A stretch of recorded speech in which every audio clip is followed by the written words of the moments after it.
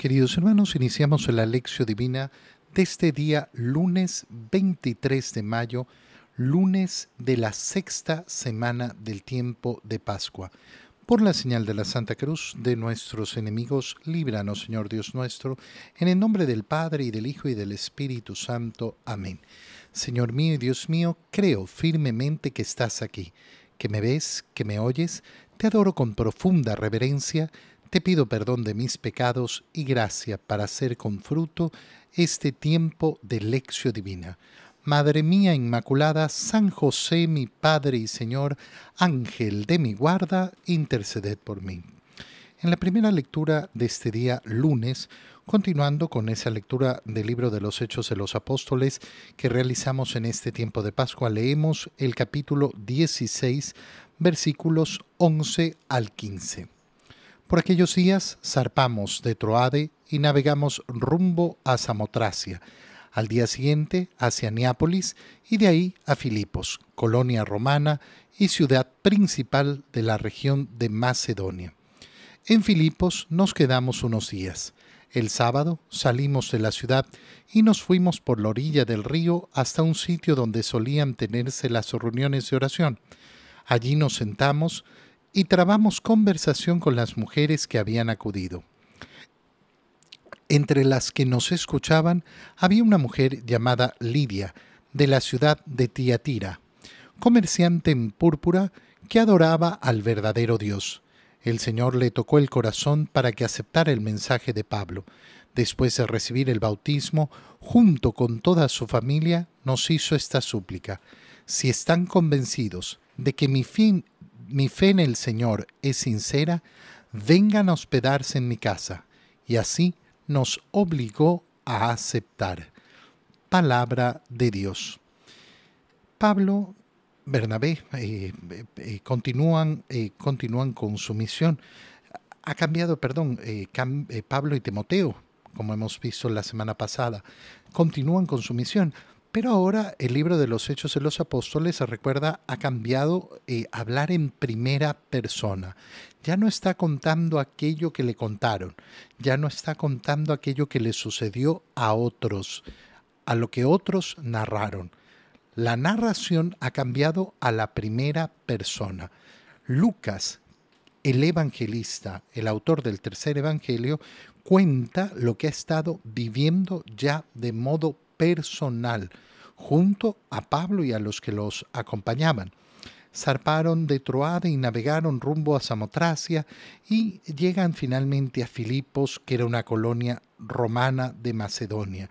Acuérdate que el Espíritu Santo les había impedido ir a un lado y después el Espíritu del Señor los guía para ir a Macedonia, para ir a predicar allá. En Filipos se quedan unos días y el sábado salen de la ciudad, se van por la orilla del río hasta un sitio donde solían tenerse las reuniones de oración. Mira el lujo de detalles que va incorporando en esta parte el libro de los Hechos de los Apóstoles. Lucas puede incorporar ese lujo de detalles porque es su memoria viva de lo que él mismo ha experimentado, de lo que ha vivido en esa predicación del Evangelio por distintos lugares. En ese lugar donde solían tenerse las reuniones de oración, se sentaron y trabaron conversación con las mujeres que habían acudido. ¿Qué importancia tienen las mujeres en el Nuevo Evangelio? El Nuevo Testamento. ¿Por qué? ¿Porque acaso la mujer no era considerada en el Antiguo Testamento? Sí, pero fíjate que constantemente se nos habla de ese grupo de mujeres que han acompañado a Jesús en su predicación. Y ahora la predicación no está destinada a la sinagoga, está destinada a un grupo de oración y se reúnen a orar, a conversar con las mujeres. Oye, la vida de la iglesia sin las mujeres no existe, no existe.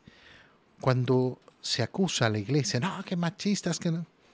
Hay que tener mucha perspectiva histórica, no dejarnos llevar por esas ideologías baratas, verdaderamente baratas. Entre esas mujeres que estaban escuchando, con las que han trabado esta conversación, estaba una mujer llamada Lidia, que era comerciante en púrpura y que adoraba al verdadero Dios. ¿Qué significa adorar al verdadero Dios? Los judíos no eran los únicos que tenían la fe en el único Dios verdadero, sino que esa fe había sido aceptada por muchos otros que también creían en un solo Dios y por tanto no aceptaban el paganismo, no aceptaban los ídolos, adoraba al verdadero Dios. Y el Señor le tocó el corazón para que aceptara el mensaje de Pablo. Y entonces recibe el bautismo junto con toda su familia y hace esta súplica a los apóstoles, a los misioneros en este caso. Si están convencidos de que mi fe en el Señor es sincera, vengan a hospedarse en mi casa.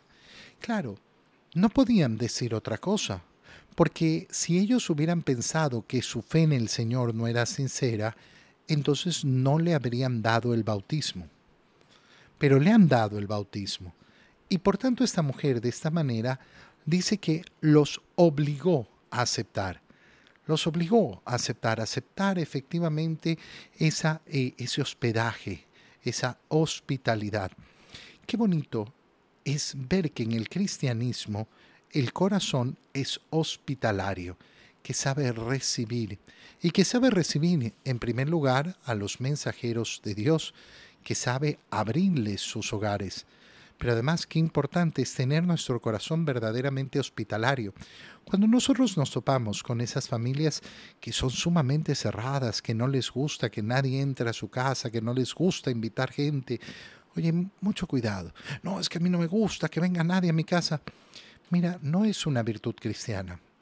Una virtud cristiana es ser hospitalario. Querer recibir a la gente en nuestros hogares, querer recibirla y atenderla, querer abrir nuestras puertas. Cuando nosotros vivimos con las puertas de nuestros hogares cerradas, y no estamos hablando aquí de un tema de seguridad, no toma las medidas de seguridad necesarias, se trata efectivamente de tener ese corazón hospitalario, capaz de invitar a los demás, ofrecerles nuestro alimento, querer compartir nuestra mesa. Esto no es para nada una acción negativa, todo el contrario, es una acción muy, muy positiva que nosotros tenemos que tener siempre, siempre muy clara. Esta mujer dice además que los obliga porque siente la necesidad de pagar el servicio que ha recibido. Ha recibido el bautizo y quiere manifestar su agradecimiento. No es bueno negarle a las personas la facultad, el modo de efectivamente brindar esa acción de gracias. Qué importante es llevar esto a toda la acción caritativa. Nosotros tenemos que, por eso, abrir esa caridad a todos. No, que las personas no den nada, que no. No, cada uno en su medida. Cada uno en su medida tiene que poder dar lo que puede dar, aunque sea muy poquito a los ojos de los hombres, aunque sea muy poquito a la luz de la realidad económica, pero que cada uno siempre sienta que las puertas están abiertas para vivir la caridad en la iglesia. En el Evangelio, continuando con la lectura del Evangelio de San Juan, leemos el capítulo 15, versículos 26 hasta el capítulo 16, versículo 4. En aquel tiempo, Jesús dijo a sus discípulos: Cuando venga el Consolador, que yo les enviaré a ustedes de parte del Padre, el Espíritu de la verdad que procede del Padre, Él dará testimonio de mí y ustedes también darán testimonio, pues desde el principio han estado conmigo. Les he hablado de estas cosas para que su fe no tropiece. Los expulsarán de las sinagogas y hasta llegará un tiempo cuando el que les dé muerte quererá dar culto a Dios. Esto lo harán porque no nos han conocido, ni al Padre ni a mí.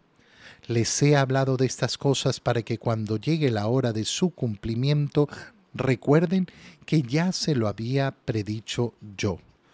Palabra del Señor. Estamos entonces al final ya del capítulo 15, entrando en el capítulo 16. Se recuerda que son esos capítulos que se dedican en el Evangelio de San Juan a todo lo que es la última cena, todo lo que les ha dicho el Señor a sus discípulos en la última cena, todo lo que ha hecho este gran discurso. Fíjate qué importante, ¿por qué? Porque al llegar hacia el final de toda esa enseñanza de la última cena, el Señor los va preparando para dos cosas.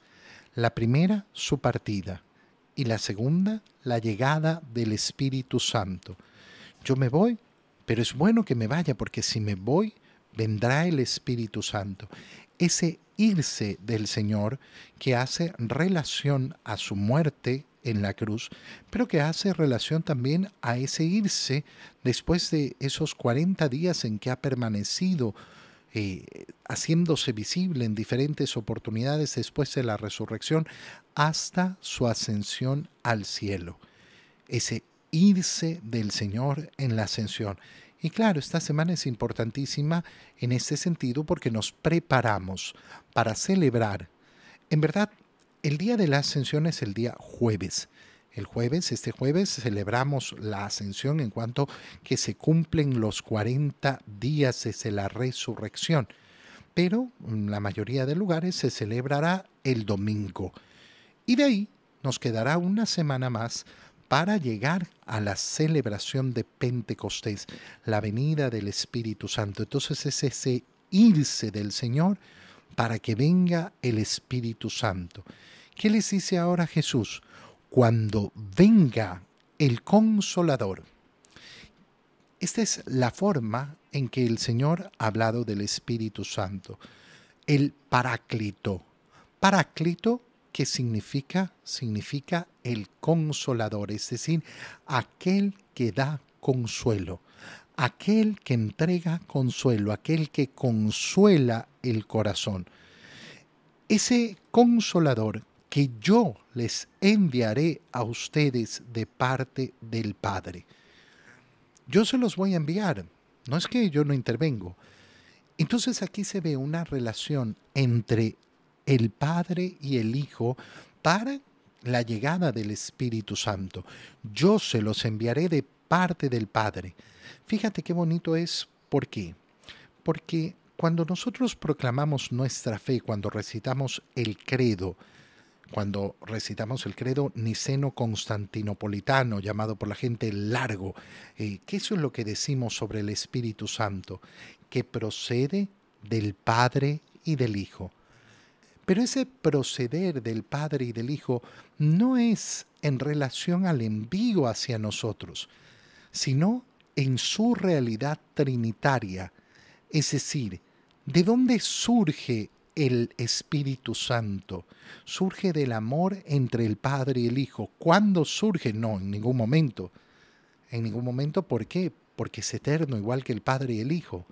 No hay un tiempo en que había un Padre y no había el Hijo, o que había el Padre y el Hijo y no había el Espíritu Santo.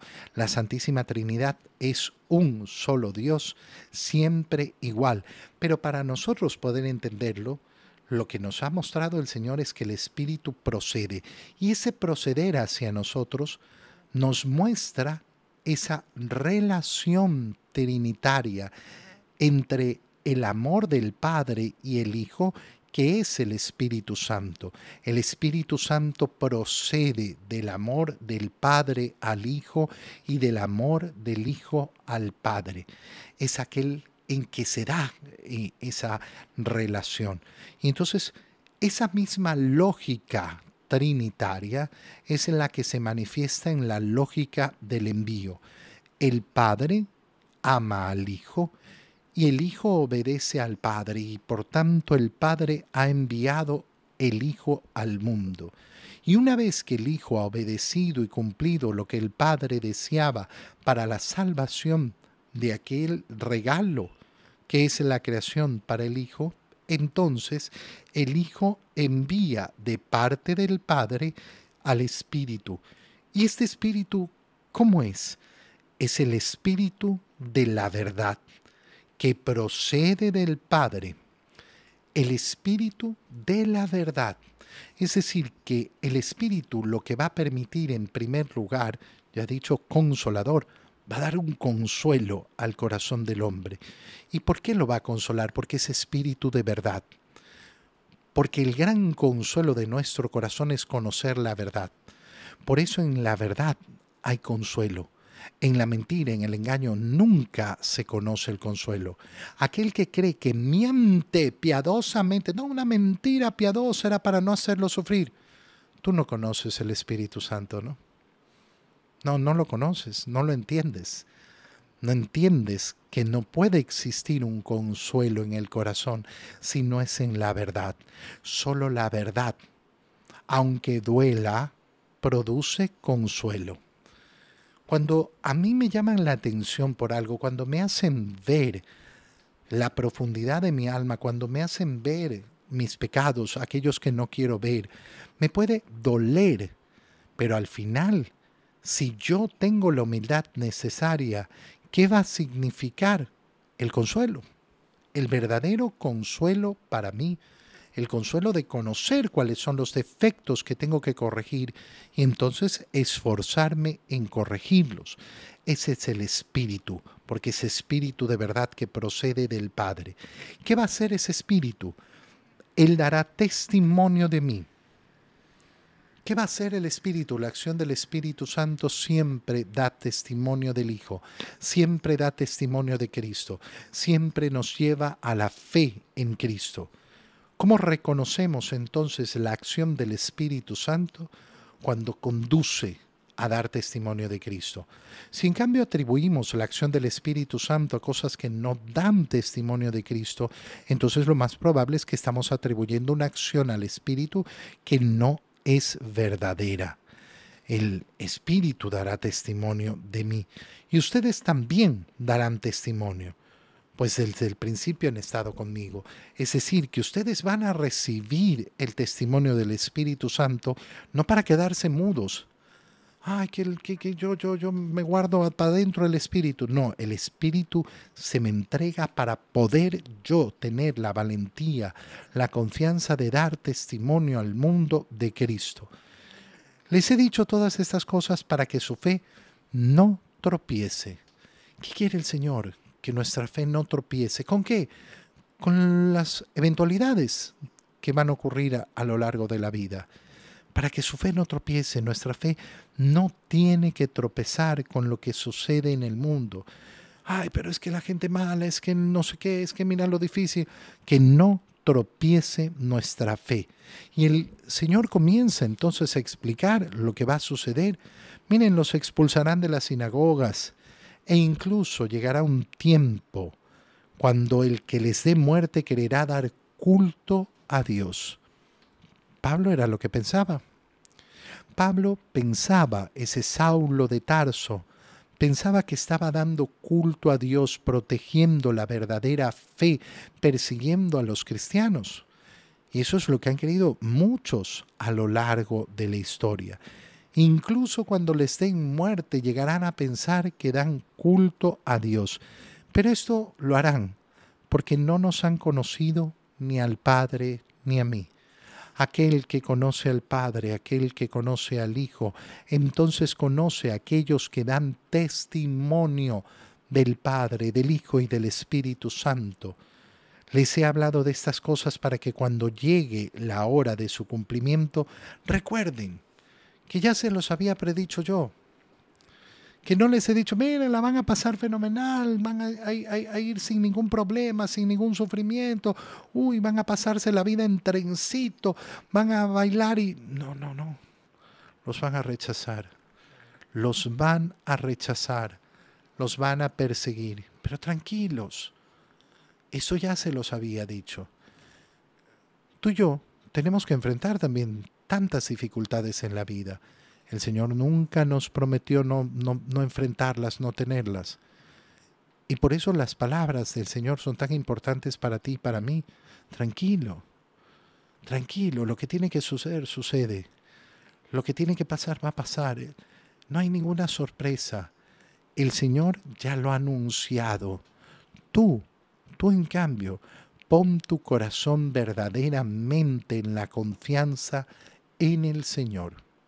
Te doy gracias, Dios mío, por los buenos propósitos, afectos e inspiraciones que me has comunicado en este tiempo de lección divina. Te pido ayuda para ponerlos por obra. Madre mía Inmaculada, San José, mi Padre y Señor, Ángel de mi guarda, interceded por mí. María, Madre de la Iglesia, ruega por nosotros.